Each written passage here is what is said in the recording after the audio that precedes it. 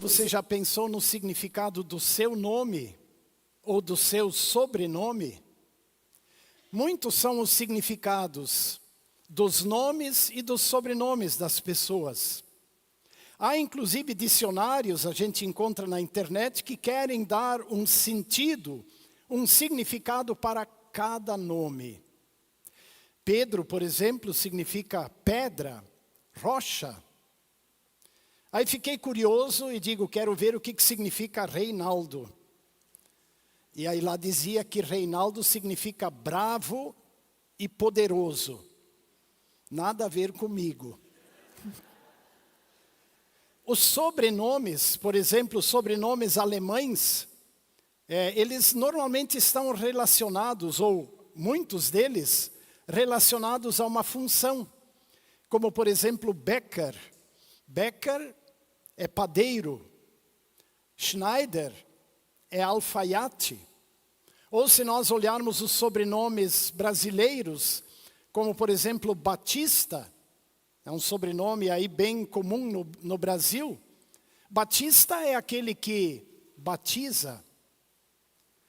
No nosso caso, nem sempre o nosso nome ou o nosso sobrenome tem a ver com aquilo que nós somos, com o nosso caráter, com aquilo que nós fazemos ou com a nossa profissão. Nem todo o Schneider é alfaiate. E como no meu caso, o nome Reinaldo, que significa, ou dizem significar bravo e poderoso, como disse, não tem muito a ver comigo, porque na verdade sou uma pessoa dependente de Deus e das pessoas. Bom, eu fiz essa introdução para nós chegarmos no nome que está acima de todo nome.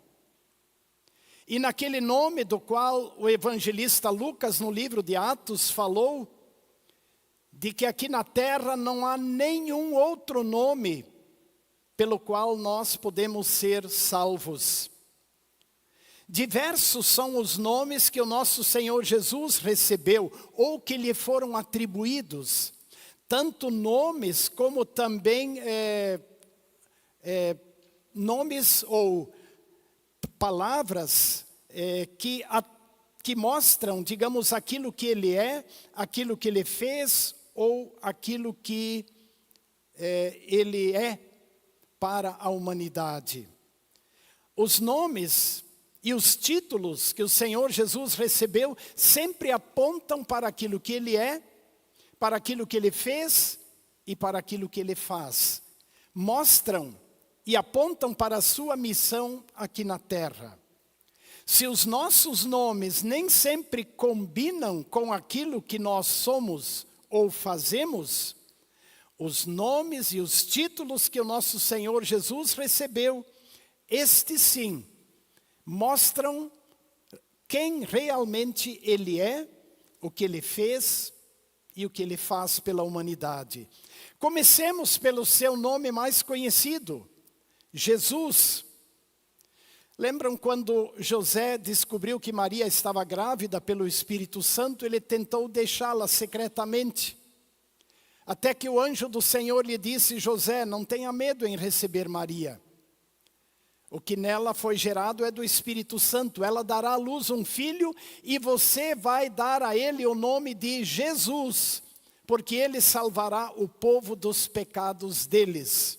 Está aí a explicação do nome Jesus, o Salvador, aquele que nos salva e nos livra do pecado e da culpa. O outro nome é Cristo. Lembram quando o Senhor Jesus perguntou aos discípulos o que as pessoas dizem de mim? E depois perguntou diretamente aos 12, e vocês o que dizem de mim? E aí Pedro tomou a frente e disse, Senhor, nós acreditamos que tu és o Cristo, o Filho do Deus vivo. O nome Cristo mostra que Jesus é o ungido, o escolhido, o separado. Ou seja, aquele que foi separado para salvar a humanidade. Jesus Cristo, o Salvador. Mas o Senhor Jesus também recebeu outros nomes e outros títulos que o identificam e identificam a sua missão terrena. Vou pedir para a Fernanda agora colocar na tela. Eu separei apenas 9, são muito mais, mas separei alguns para nós considerarmos isso. O profeta Isaías, ele dá 3 nomes, mas eu destaco 3 que o profeta Isaías apresenta. Primeiro, ele diz que o Messias será chamado de Emanuel. Está lá em Isaías 7,14. A virgem conceberá, dará à luz um filho, ele chamará Emanuel. E no Novo Testamento, o evangelista Mateus explica que Emanuel significa exatamente Deus conosco. E é isso que o Senhor Jesus é. Verdadeiro Deus que assumiu a nossa natureza e se tornou Deus conosco. Isaías também lembra que um menino nos nasceu, um filho se nos deu, o governo está sobre os seus ombros e o seu nome será. E aí Isaías menciona vários, eu destaco 2. Seu nome será maravilhoso conselheiro e príncipe da paz. Um maravilhoso conselheiro que nos guia e nos aconselha com a palavra de Deus. E ele se tornou o príncipe da paz porque ele restabeleceu, pela sua morte e ressurreição, a paz com Deus. E isso também nos proporciona viver em paz, ter paz e viver em paz com as outras pessoas. O evangelista João chama Jesus de o Verbo. No princípio era o Verbo, e o Verbo era Deus. E depois ele afirma no seu evangelho que o Verbo se tornou um ser humano, o Verbo se fez carne. Então, o Verbo, a palavra criadora, sim, Jesus é a palavra criadora. Por meio dele todas as coisas foram feitas. E sem ele nada do que existe se fez. Mas ele decidiu tornar-se gente para salvar gente.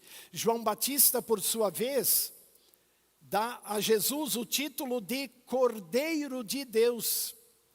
Numa referência ao culto do Antigo Testamento, quando o cordeiro era sacrificado pelo pecado e pela culpa, apontando para o sacrifício de Jesus, o Cordeiro de Deus que tira o pecado do mundo. Escrevendo a Timóteo, o apóstolo Paulo chama Jesus de Rei dos Reis. Título mais que justo, ele reina e governa, Senhor dos Senhores. Mas Paulo a Timóteo também lembra que ele é mediador, intermediário. Há um só Deus e um só intermediário entre Deus e a humanidade, Jesus Cristo, o homem. O evangelista João, na sua primeira carta, também chama Jesus de advogado, dá a ele o título de advogado. Ele diz, eu escrevo estas coisas para que não pequem. Mas se alguém pecar, ele não precisa desesperar. Temos advogado junto ao Pai Jesus. Basta confessar os pecados e confiar nele. Ele é nosso advogado junto ao Pai. Mas ele também é o juiz. E o livro de Atos nos lembram que Deus destinou, preparou um dia em que ele há de julgar o mundo através de um varão, de um homem que ele escolheu, Jesus Cristo, o juiz justo e verdadeiro. São títulos que apontam e dão destaque ao nome de Jesus. Mas mais interessante, são aqueles títulos que o Senhor Jesus atribui a si próprio. Coloque agora, Fernanda, a outra imagem, a outro slide. E quando Jesus atribui títulos a si próprio que destacam a sua missão, aquilo que ele é, aquilo que ele fez e faz, ele sempre começa com a expressão, eu sou. Eu sou o pão da vida. E Jesus afirma isto depois de haver multiplicado o pão para milhares de pessoas. E quando no dia seguinte as pessoas correram atrás dele para novamente comer pão. E Jesus diz, vocês me buscam porque vocês se fartaram com a igreja. Ele é a videira e todos que estão conectados com ele pela fé, são por ele sustentados, recebem dele o vigor e a vida. Ele também diz, eu sou a porta. Está dentro do contexto do bom pastor. Quando ele diz que o mercenário não se preocupa com a porta, o lobo pode entrar, e ele não se preocupa. Jesus é a porta. Ele cuida do rebanho, mas ele também é aquele que dá acesso à vida eterna, no nosso caso. Ele é a porta por onde entraremos para a vida eterna. Ele também diz, eu sou a ressurreição e a vida. Quem crê em mim, ainda que morra, viverá. E todo que vive e crê em mim não morrerá eternamente. Eu sou, garante Jesus. E João também ouviu Jesus dizer, naquela visão do céu, conforme Apocalipse, capítulo 21, quando ele diz, eu sou o alfa e o ômega, o princípio e o fim. A todo aquele que tem sede, darei de beber da água da vida. Isto quer dizer, nele, alfa e ômega são as letras iniciais do alfabeto grego, a primeira e a última. Ou seja, Jesus é a razão de tudo. Nele tudo existe, nele tudo começa e nele tudo se completa. Agora, sem dúvida, o título, eu diria, mais significativo que o Senhor Jesus atribui a si próprio é, eu sou o bom pastor. Porque esse título de Jesus, ele aponta tanto para o que ele é, mas aponta também para a nossa fragilidade humana. Se ele é o bom pastor, nós somos ovelhas do seu rebanho. E entre todos os animais, a ovelha é aquela que precisa de um cuidado muito especial. Ela precisa constantemente ser guiada, levada, protegida, defendida. Ela com facilidade se afasta, se perde, se confunde. Ela precisa permanentemente de uma voz, a voz do bom pastor, a chamá-la, a orientá-la e a guiá-la. A ovelha reconhece o bom pastor, o seu pastor e cuidador pela voz. E ela precisa constantemente ouvir essa voz. A exemplo nosso, como ovelhas do rebanho do Senhor Jesus, que constantemente precisamos ouvir sua voz. Porque ele guia, ele defende, ele protege, ele adverte, ele acolhe pela sua voz, pela sua santa palavra. E também, pelo seu santo sacramento da Santa Ceia, ele alimenta. É como diz o salmista, ele nos leva para os pastos verdejantes, para as águas de descanso. Sim, esta atribuição a Jesus, que ele faz a si próprio, é maravilhosa. Ele é o bom pastor porque ele deu a vida pelas ovelhas. Ele é o bom pastor porque ele conhece as ovelhas. E as ovelhas o conhecem. Isso mostra que no nosso relacionamento com o bom pastor há intimidade. Religião não é uma coisa distante a ser vivida na forma de rituais, de cerimônias. Não.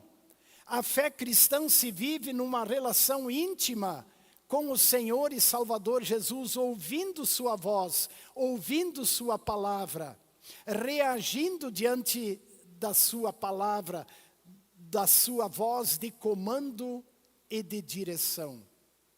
E, sobretudo, ser ovelha do bom pastor é ser salva pelo bom pastor, porque ele deu a vida pelo rebanho. Quero destacar brevemente mais duas coisas. Uma, eu fiquei me perguntando, né, eu sou conhecido como pastor também, junto com o pastor Vili, pastor Ismar, pastor Nicolas. Vocês nos chamam de pastor. E qual é a nossa relação com o bom pastor Jesus? Como se processa isso? Vejam que honra para nós sermos chamados de pastores. Que honra receber este nome, ou este título que é dado ao bom pastor Jesus. Há uma palavra do livro de Atos, capítulo 20, verso 28, ela ilustra muito bem esta relação do bom pastor Jesus com os pastores terrenos da sua igreja. Quando o apóstolo Paulo se reuniu com os pastores da igreja de Éfeso, numa cidade chamada Mileto, ele os orientou. E ele começou dizendo assim: cuidem de vocês mesmos e de todo o rebanho no qual o Espírito Santo os colocou como bispos para pastorearem a igreja de Deus, a qual ele comprou com seu próprio sangue. Cuidem de vocês e cuidem do rebanho, que não é vosso, mas é do bom pastor Jesus, que o bom pastor Jesus comprou com alto preço com seu próprio sangue. Cuidem deste rebanho. E aí o desafio nosso como pastores é também pastorear o rebanho de Cristo, fazendo com que a voz do bom pastor chegue ao coração de todos, fazendo com que a palavra do bom pastor chegue ao coração de todos, e que a voz e a palavra do bom pastor guiem, perdoem, consolem, fortaleçam, advirtam e sustentem o rebanho. Para concluir, dizer assim, que todos os nomes um dia passarão, os nomes terrenos. Também Reinaldo deixará de ser nome aqui. Só prevalecerá o nome de Jesus. E todos reconhecerão este nome, com quem está a salvação. O apóstolo, escrevendo aos Filipenses, afirmou assim. Primeiro ele falou da humilhação de Jesus, que se humilhou para nos salvar. Filipenses 2, a partir do verso 5. E depois o apóstolo continua dizendo que Deus também o exaltou acima de todo nome, para que ao nome de Jesus se dobre todo o joelho, no céu, na terra e debaixo da terra, seja onde for, e toda língua confesse o nome de Jesus. Toda língua confesse Jesus, seu nome salvador, para a glória de Deus o Pai. Nós já vivemos isto. Ainda estamos num mundo onde o pecado está presente em nós e no mundo, mas nós já confessamos Jesus como Senhor, para a glória de Deus o Pai, para a nossa salvação.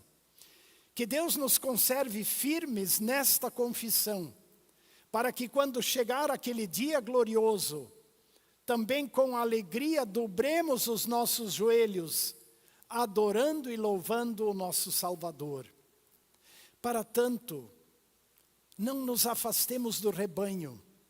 O rebanho é muito importante, para ouvirmos sempre de novo esta voz maravilhosa que ama, que chama, que busca, que consola, que conforta. Que o bom pastor Jesus nos guie dia a dia. Amém.